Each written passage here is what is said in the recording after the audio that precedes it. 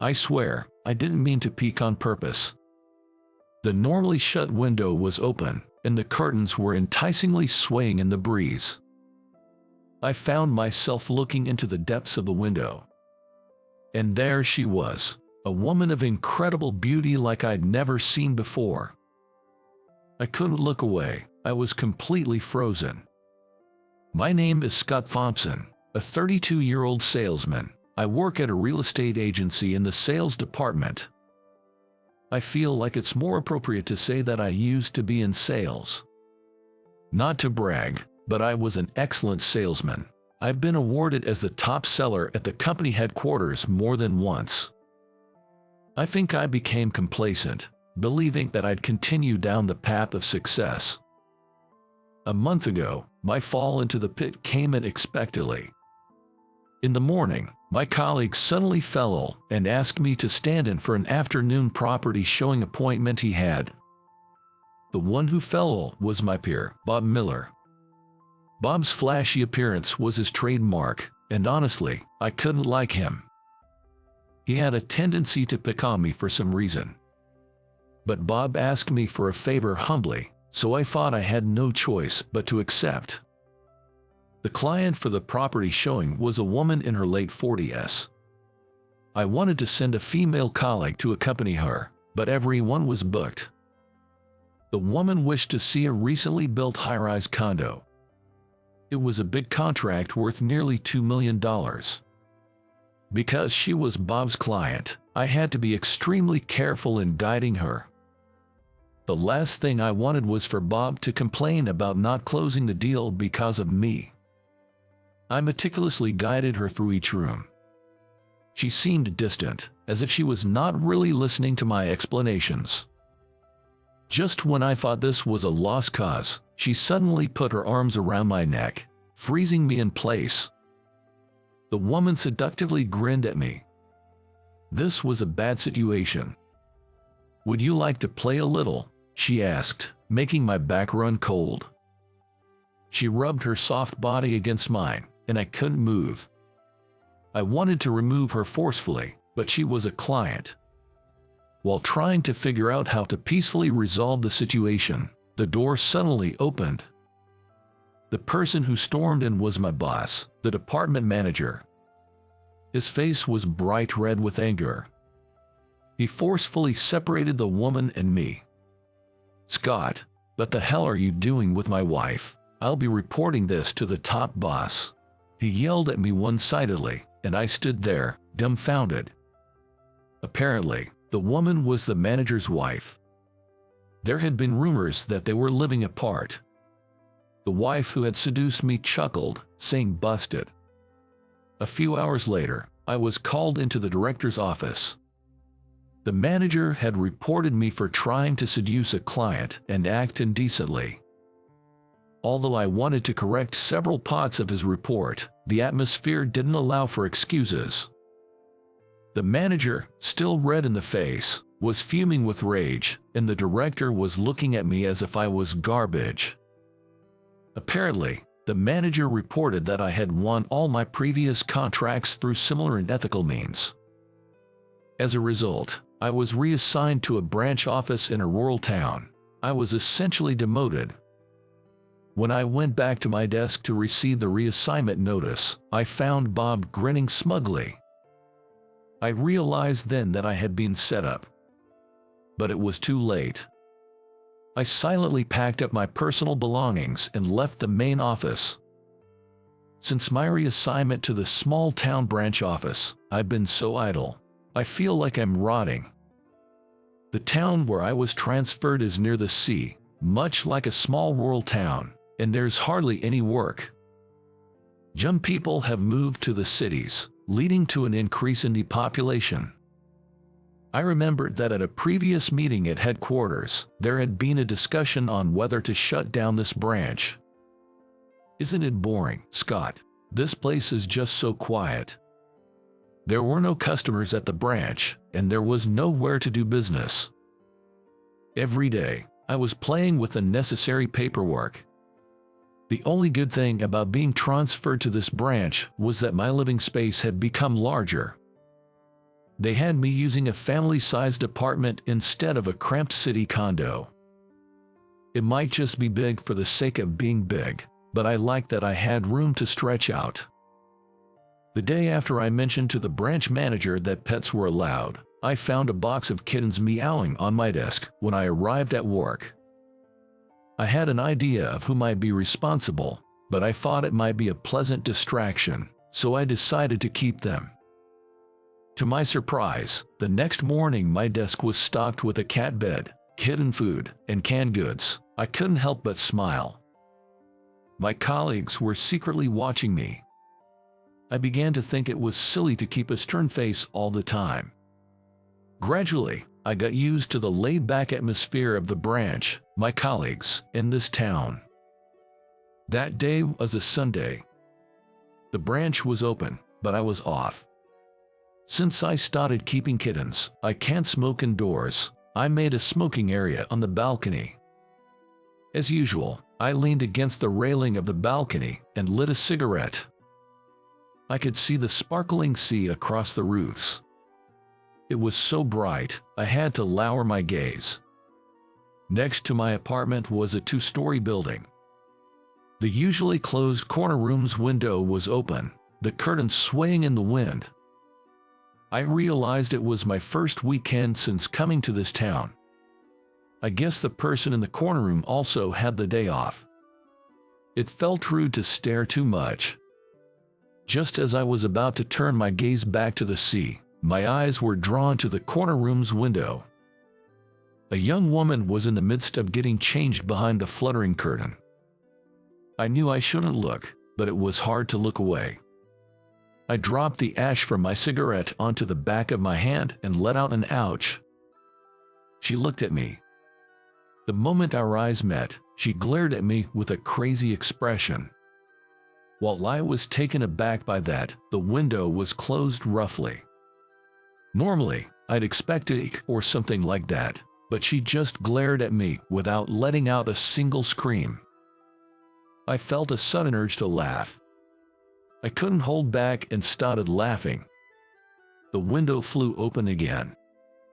"Don't laugh, just you wait and see," she yelled at me, and the window was closed again. Immediately after, the sound of footsteps echoed running down the outside stairs of the apartment. "Wait, really? Is she coming here?" I rushed from the balcony towards the entrance. I heard the elevator arriving through the door.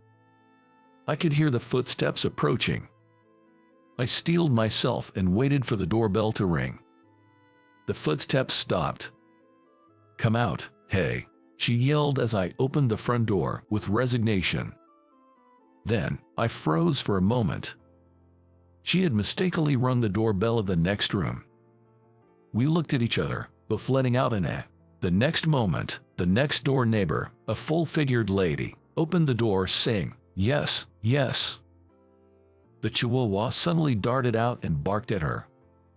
She snapped back to reality and profusely apologized for accidentally entering the wrong room, while the Chihuahua continued to bark at her. I also instinctively bowed my head and said I'm sorry. The lady retrieved the Chihuahua and closed the door. "Don't make that mistake again. It's bothersome," I said to her, who was standing frozen in the suddenly quiet hallway. She glared at me, looking relieved that the commotion was over. She then marched straight into my room.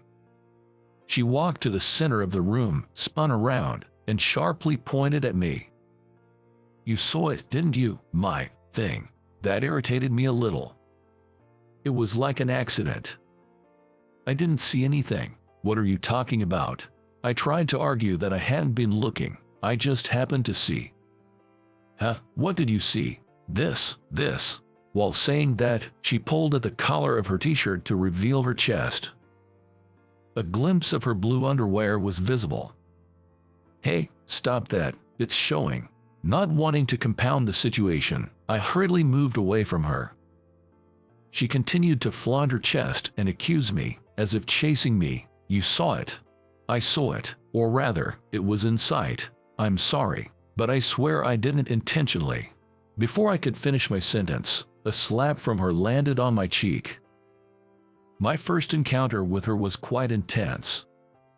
"Hey Scott, let's go grab lunch. It's my treat." Around lunchtime on next day, branch manager proposed. I nodded while I applied a cooling pad that my boss had given me to my slapped cheek. The place he took me to was a small cafe near the coast. I had passed by it before, but never entered. Branch manager, who is seemingly irregular, ordered the usual lunch for two at the counter. "Sure, 2 lunches. Take a seat wherever you like." The person who responded from behind the counter was the very woman who had slapped me the day before. She widened her eyes even further when she saw me standing next to the branch manager. I raised my hand in a somewhat awkward greeting. "Hi." "What are you saying, you peeper?" A torrent of abuse made me flinch. Branch manager casually said, "Oh, you peeped," and laughed. Left with no ground to stand on, I could only shrink back. In the end, I sat next to my boss at the counter, receiving her glare as we had lunch. When branch manager asked her if something happened, she explained what had happened yesterday. Not wanting to prolong the situation, I silently listened to their conversation. She complained about me to the branch manager. I was worried about how he would react, but he just seemed to find the whole thing amusing. He's a womanizer, no need for him to peep. I was shocked at branch manager's words. "What do you mean?" she asked eagerly. Branch manager started laughing as he told her why I was transferred. She burst into laughter, saying seriously. I was surprised by her reaction. I thought she would assume the worst of me and despise me, but she laughed and said, "You had some bad luck, huh?" As we were chatting excitedly at the counter, the cafe door opened, and in came men who were clearly not locals. She furrowed her brows by the sight of them. The manager was having a conversation with those men. They didn't seem to have come to the cafe to enjoy coffee. The manager received some documents and then sent the men away. Immediately, the manager threw the documents into the trash bin. "Hey, what was that all about?" I decided to ask her. "They've started coming around recently," she replied. "Apparently, they are real estate agents who have been aggressively buying up property in this area. Of course, they have nothing to do with our company." The company name she mentioned is indeed not well regarded in the industry. "It seems they're asking if we're willing to sell this place too," she said with a sigh. "Land speculation has a bad reputation, but it's part of the real estate business. There's nothing wrong with it if transactions are made at a fair price and with mutual consent. If you could sell at a high price, wouldn't it be okay to relocate somewhere else?" I suggested. As a business, this place seemed somewhat lonely. Even at lunchtime, there were only us as customers. I thought that relocating and finding a more profitable location could be an option. But she reacted angrily and raised her eyebrows. "Don't make reckless comments without understanding the value of this community. If you call yourself a local real estate agent, then understand more about this community." She lashed out and then disappeared into the back room. "I'm sorry about that. She's really passionate about our local community. She is called Kathy. Don't take it too hard, alright? Keep on hanging out with us." He quietly served us another round of coffee. From that day, I established a new habit. Instead of going straight home from work, I decided to take a slow walk around the neighborhood. Kathy's words about the local love had been a stimulus. I had been downhearted since my demotion, but her words became a source of motivation. When I took the time to walk, I discovered many new things. While it was said that there weren't many young people, I noticed that there were many young newcomers. Most of them seemed to have migrated here, attracted by the ocean. I'm not a morning person and had never seen the morning sea. I was invited to the beach before going to work by a young man who had moved from the city and opened a pub. There was a local beach that I had not known. At the time when the sun was about to rise, there were people waiting for the waves on their surfboards. I had never surfed, so I was surprised to see people surfing so early in the morning. With my heart pounding, I went down to the sandy beach to watch the scene. While observing them, I noticed that there were proper rules. Only one person could ride a wave at a time. There seemed to be some priority order, and they were giving way to each other. It was surprising. I had imagined it to be a more rough sport, but it wasn't. "What are you doing?" I turned around by the voice, and it was Kathy. In her hands, she had a large beadboard and flippers. "Good morning, what's that?" I pointed at the large beadboard and asked. Kathy put her flippers on the sand and sat down next to me. Then she showed me the large beadboard.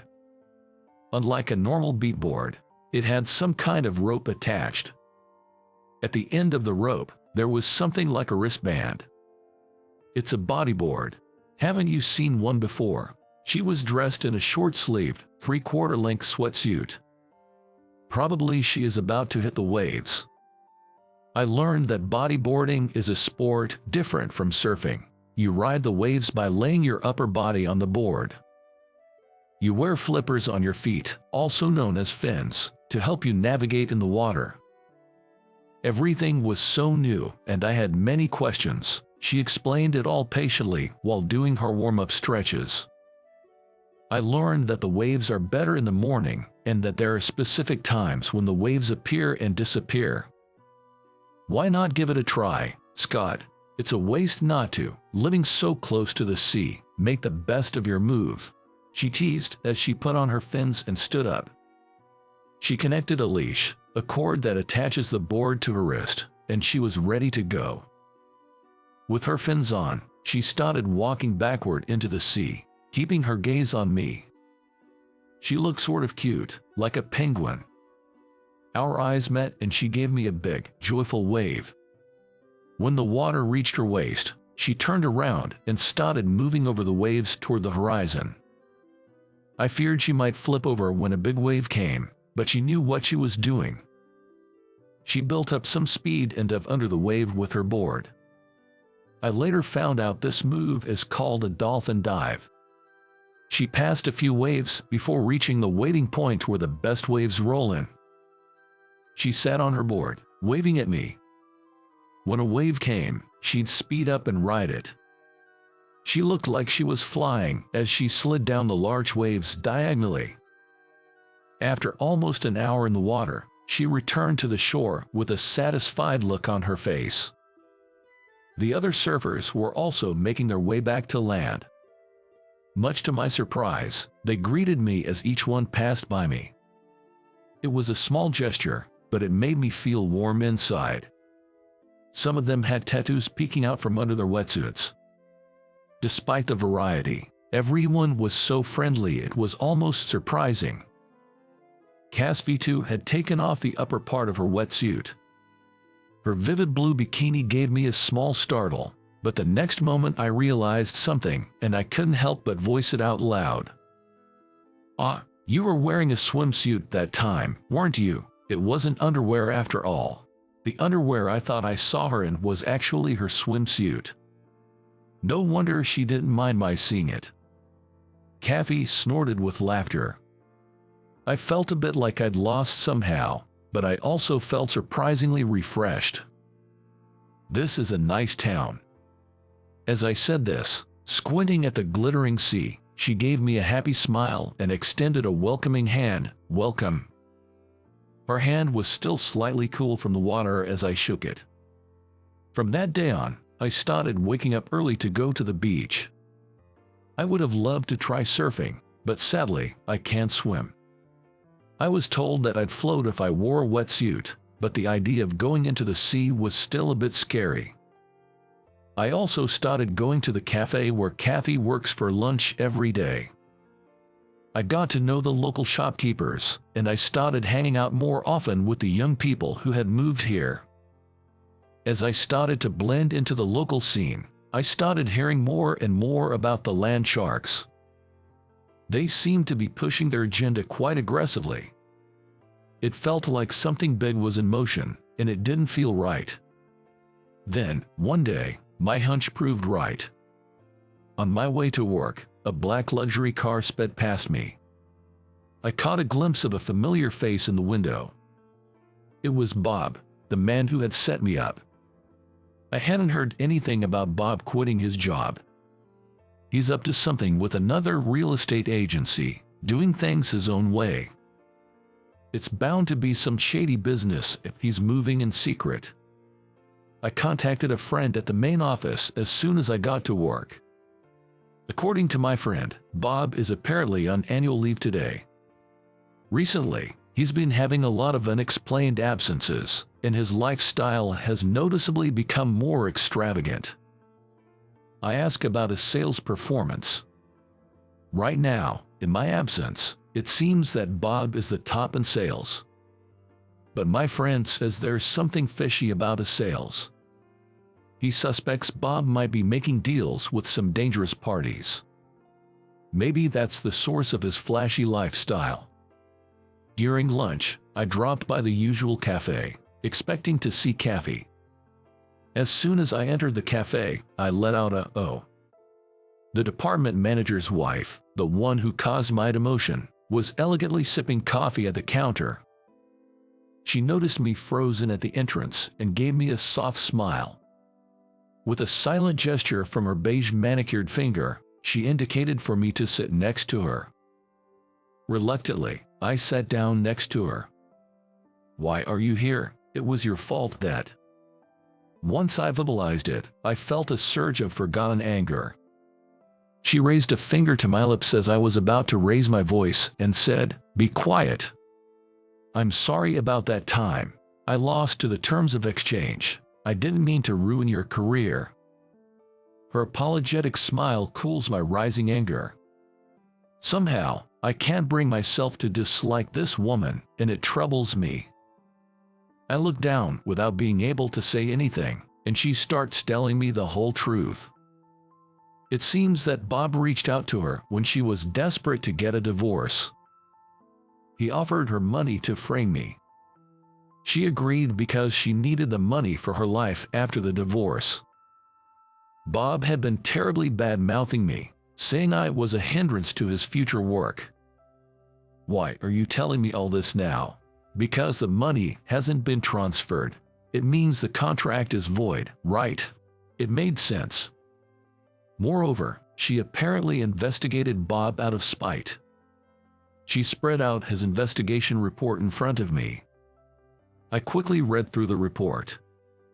It appeared that Bob had connections with some dangerous people.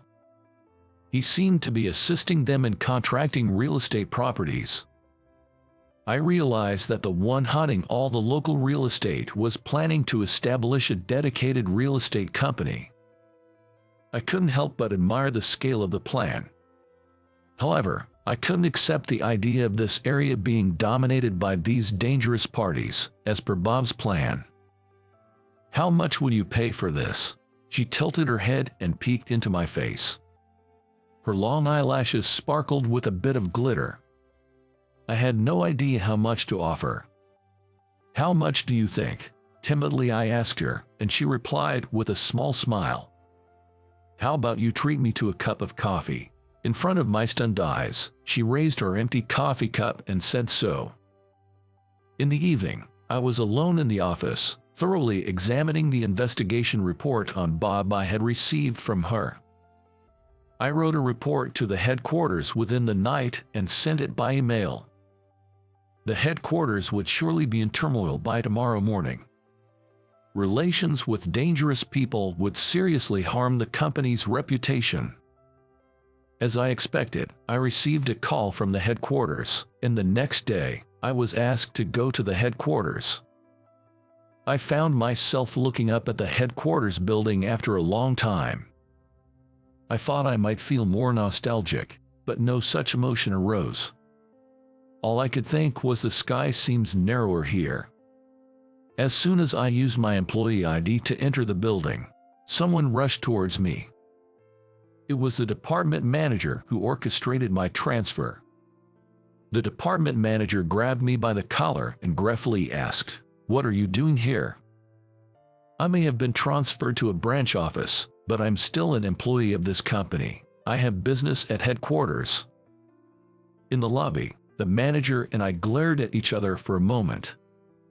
The president's secretary interrupted us. I was instructed to go to the president's office immediately, and I shook off the department manager. The department manager was told to come along as well. Upon entering the president's office, I saw Bob standing there with a pale face. The department manager looked uneasy and sure of what's going on. The president said to me, "I read your report." On the desk were not only my report, but also a large number of documents and photos. They must have investigated this yesterday. These were likely proof of Bob's misconduct.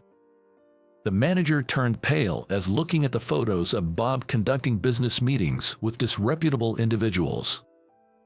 A subordinate's misconduct reflected poorly on his superior's lack of oversight. I was hoping they'd both get kicked out due to collective responsibility. The verdict handed down by the president was that Bob was fired and the department manager was demoted. I later learned that most of Bob's sales were contracts with shady partners. We should be able to cancel the purchase contracts according to our internal regulations, but it will be a difficult task to negotiate each one individually.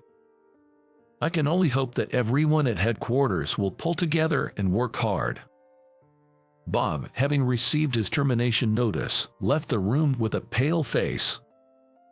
The president said to me, "Come back to the headquarters." He wanted me to perform as I used to, as the top salesman. That's the future I originally hoped for, but I felt a sense of unease. I stayed silent, unable to give an immediate answer. The president seemed to be waiting for my reply. My eyes were drawn to the large window behind the president. It was a sunny day and the sunlight was pouring in. But still, when I returned to the branch office, the sun had set and it was well past business hours. I figured everyone must have gone home by now, but the office windows were brightly lit. I was surprised to see people working overtime, which was unusual. As I opened the door, a party popper went off unexpectedly. The popping sound startled me, and I shrieked back. As I stood there, covered in thin paper strips, I was at a loss for words. "Congratulations on your return to the headquarters, back on the fast track, Ed." The office was filled with my branch colleagues, the branch manager, the president of the shopping district, and some surfers I know. When I said you'd probably be returning to the headquarters, everyone came. "You're really loved, huh?" said the branch manager, wearing a party hat. Some people were already teary-eyed at his words. "It's taken for granted that I'm leaving this branch. I heard you used to be the top salesman. I had no idea. You're not someone who should be wasting away in a place like this," said Kathy with a slightly sad smile, causing a pang in my chest. "You know, I turned down the offer to return to the headquarters." And my words, everyone made a bewildered face. Seeing their expressions, I felt somewhat guilty. I felt like I've let them down. Why? What about your promotion?" Kathy, as if representing the whole group, bombarded me with questions. After a brief thought, I just repeated what I had told the president. "The city's too cramped, it's suffocating, and there's no sea. I want to learn to swim." With a look of disbelief, Kathy hugged me. I whispered something only Kathy could hear. "And you wouldn't be there." There was no reply from Kathy, but I knew what she was feeling from the tight grip on my arm. I thought my decision was not wrong at all. Early next morning, I stared at the sea from the sandy beach as usual. Next to me, Kathy was preparing to go into the sea. She narrowed her eyes, checking the waves. And as I watched her profile, Kathy glanced at me. "Weren't you the one who wanted to learn to swim?" She seemed unsatisfied that I wasn't going in with her. I wanted to learn to swim, but I didn't even have a swimsuit. When I told her I need to get the gear first, Kathy chuckled. "Just swim in your shorts." "I've been thinking, do you want to get married?" Kathy froze at my words. Ever since I met her, she's always been full of surprises. But this time, I wanted to surprise her, and I succeeded. I smiled to myself, looking at frozen Kathy. Coming back to her senses, she gave a chuckle looking at my grin, and clicked her tongue. "I'm not marrying a non-swimmer." She turned her head away and declared loudly. Then, in a much smaller voice, she added, "If you learn to swim, I'll consider it." Her teasing wasn't something new. "And when did you start liking me?" Before I could finish my line, I was hit with a bodyboard. "Stop getting ahead of yourself. Go back to HQ." After seeing my, with that parting shot, Kathy ran towards the sea. She went up to the water's edge, then turned back. She must have realized she'd forgotten her flippers. When I held them out, she snatched them away. And as she put on the flippers at the water's edge, she turned and gave me a big wave. "The ring better be a diamond, not a birthstone."